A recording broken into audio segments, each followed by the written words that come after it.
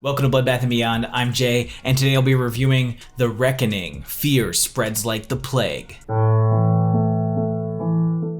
Directed by Neil Marshall, starring Charlotte Kirk, Sean Pertwee, Steven Waddington, and Joe Anderson. This movie takes place in the 1600s in England where the witch trials were happening. It's said to be that like 500,000 women were burnt at a stake or killed in some way because they were accused of being witches, which is absolutely nuts. And that's what this movie is kind of about. We have Grace, a new mother, and a recent widow to her husband, Joseph, who hanged himself because he was getting sick and he just didn't want to pass on the plague. Grace is then left to fend for herself. The landlord, or the squire as they refer to him, he comes to collect rent and also makes some advances, which Grace immediately declines and she starts fighting back. In retaliation, he tells everybody that she's a witch, and the rest of the movie is basically her being treated like she's a witch back in the day.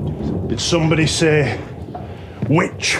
This is one of those films that there's not a lot that can be spoiled, so I'm going to be talking about most of this film because it's important to why I didn't necessarily like it. And we'll get into that, but first we're gonna start with our likes. First and foremost, this movie has a really great look to it. I know people have compared it to TV shows and say that it doesn't look very good, but I completely disagree. I think this has an excellent vibe because it is more of like a period piece, kind of like a Game of Thrones setting. You have all of these different sets, the wardrobes look great, it's shot pretty well, there's lots of like natural light when it comes to like candlelight, and if you're familiar with those style of shows, I think that you'll appreciate it, at least from an aesthetic standpoint. And that's kind of what this movie felt like in general, is like a long ass episode of Game of Thrones where you're not jumping between characters but sticking with one central storyline. In this case, it's Grace, played by Charlotte Kirk, who does an excellent job with what she's given. She's a strong character who fights back right out the gate. She's basically had it with all of these like phony witch trials because her mother was also burned at the stake because she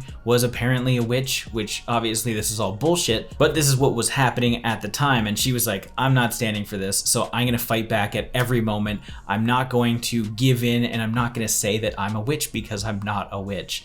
Which seems pretty straightforward now, but things were different. She does a great job acting, she does some action sequences that are pretty solid, and she's also easy on the eyes, so there's no flaws to her from appearance and even just like all of her actions. You know what she's fighting for and you're behind her. There's also a little bit of nudity and a little bit of gore and some pretty cool creature effects because she like basically has sex with the devil at some point in like weird hallucinations or dream-like states. And well, I don't really care for those scenes specifically. When they happened, they did look pretty cool. But moving on to my dislikes, I think everything that I said in my likes also has a big negative that comes with that. Well, the sets and everything looked really solid. You could also argue that they look kind of cheap in a sense because you're used to stuff like Game of Thrones. Unfortunately, it is going to get comparisons to that because Neil Marshall has worked on Game of Thrones. It's even on the front cover of the Blu-ray, but it's missing some of the same characteristics. The color grading and the grittiness, I think, was kind of missing from this film. That's not to say that like people didn't look dirty and disheveled, because they definitely did, but because you're with Grace, the problem arises when she remains perfect. She is beaten, she is stabbed,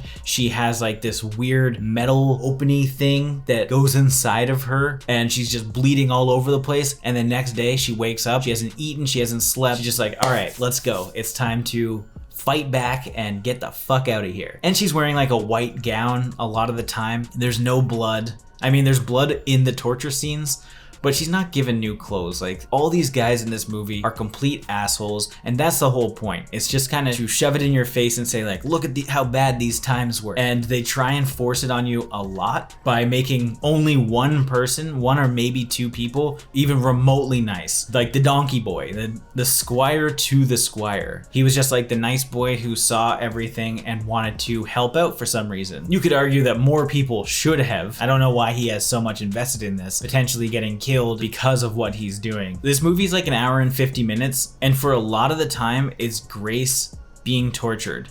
and not in like a hostile way. Like, it's not overly graphic or gruesome. There is some blood, and she gets like whipped on the back so you can see some scars and stuff. But a lot of the time the camera kind of like pans away. It's really just like the build up, the anticipation of, is she going to say that she's a witch? And it just kind of drags on. Like, it's pretty boring. Nothing really happens until the last 10 minutes of the movie where she tries to fight back. And that's why I wanted to tell you guys, like, at the beginning that there will be spoilers, because there's not a lot that really happens. And because she would get tortured, then go to her cell, then hallucinate about the devil and banging him, and think about her dead husband and banging him. It was odd. You think that the movie's gonna go in a different direction, something a little bit more unique. Like, I totally thought she was going to make a deal with the devil. Like, I thought her fucking Satan made sense. You know, Lil Nas X style. You fuck Satan, you get what you want. And I thought she was gonna turn into an actual witch, the witch that they thought she was. But that is not the case.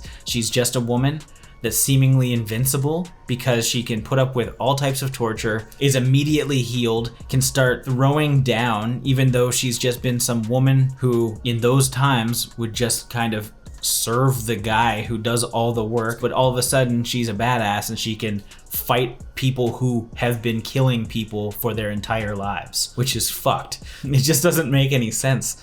And it's unfortunate because what we do know from Neil Marshall's past is he's excellent at creating characters. I think Grace is a cool character, but there's no real conflict when it comes to her other than the fact that she needs to prove that she's not a witch. Like, there's no inner battles, I guess, unless these hallucinations are some kind of inner battles, but it seemed just like a cheap way to get some jump scares in there. Like, if you watch stuff like Dog Soldiers and The Descent, the two movies that like really made his career, this is so deviated from that. All the characters are very paper thin. You've got really bad guys doing terrible things with very strong-willed women that will fight back and win and escape. There's just no complexity to anybody, and that's the unfortunate part, because we've seen Neil Marshall have very complex characters in the past that have these inner struggles, and that's what basically the fans of his would be looking for in this film. There's no morality issues. She didn't do anything bad, and that's the issue. At the end of the day, the set can be designed well, the costumes and everything feel great, have excellent gore, but if you don't have a strong enough conflict with your main lead, there's no point in having a movie. It's like, yes, we understand that people think that she is a witch and she needs to get out of it, but like, that is just so paper thin that you're basically just waiting for the moment that Grace has an opportunity to escape. And if she's being tortured and she's kept in a cell for days on end, and you see no signs of wear or distress or even like her kind of freaking out because she's in isolation, she ends up being just a bland character at the end of the day. So it just wasn't a very good movie. So I'm gonna give this 2 bedpan attacks out of 5. As always, thank you for watching. Like this video and comment below with your thoughts on the film if you've seen it. If you haven't and you do want to check it out, it is on DVD and Blu-ray from RLJ. Link is in the description. And if this is your first time here, make sure you subscribe to the channel, stay up to date with everything Bloodbath and beyond.